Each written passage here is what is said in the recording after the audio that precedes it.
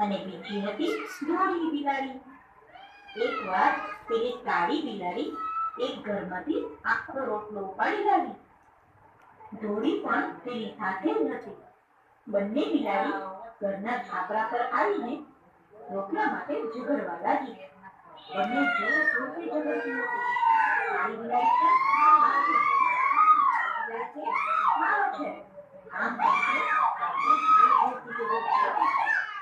આ બધો તમાશો બાજુના ઝાડ ઉપર બેઠો બેઠો એક વાંદરો જોતો હતો. તેને તો ઝપાક કરતો કૂદકો મારી પેલી બે બિલાડી પાસે આવી ગઈ.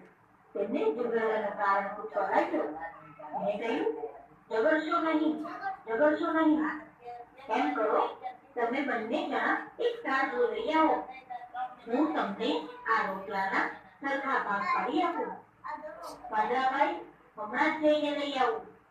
કાળી અને ધોળી બિલાડી બાજુના ઘરમાંથી લઈને તાજો લઈ આવી અને વાંદરાભાઈને આપ્યું.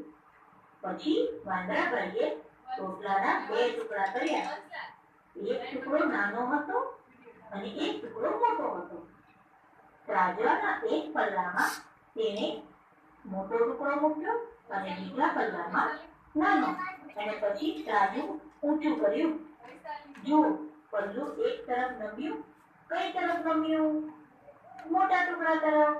ત્યાં જ પેલા વાંદરાએ ચાલાકી વાપરી.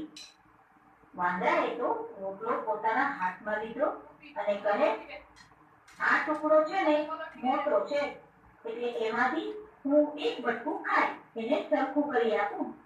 પેલી બિચારી બે બિલાડીઓ તો ભોળી હતી. એને તો ખબર જ ના પડી કે આ વાંદરો શું ચાલાકી કરી રહ્યો છે. આમ કહી વાંદરાએ બટકું ભરી અને રોટલો ખાઈ લીધો અને ફરી ભોજન કર્યું. પણ હવે બીજી તરફનું પલ્લું પણ નમ્યું. વાંદરો ફરીથી એ ટુકડામાંથી એક બટકું ખાઈ ગયો. પછી કહે છે, આ પલ્લું નમે છે, માટે થોડો રોટલો હવે હું આમાંથી ખાઈ લઉં. તમને લોકોને વાંધો નથી ને બિલાડી બેન? બિચારી બિલાડીઓ કહે, ના ના વાંદરાભાઈ, ના ના. અને વાંદરાએ એમાંથી બટકું ભર્યું અને રોટલો પાછો ઓછો થયો ને ફરી આ બાજુનું તાજું બીજું થઈ ગયું.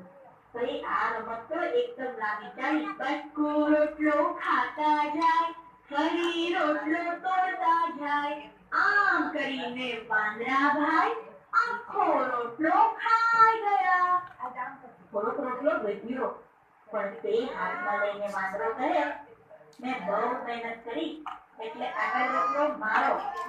આમ કહી વાંદરો પેલું જે બટકું વધ્યું હતું એ રોટલો પણ ખાઈ ગયો.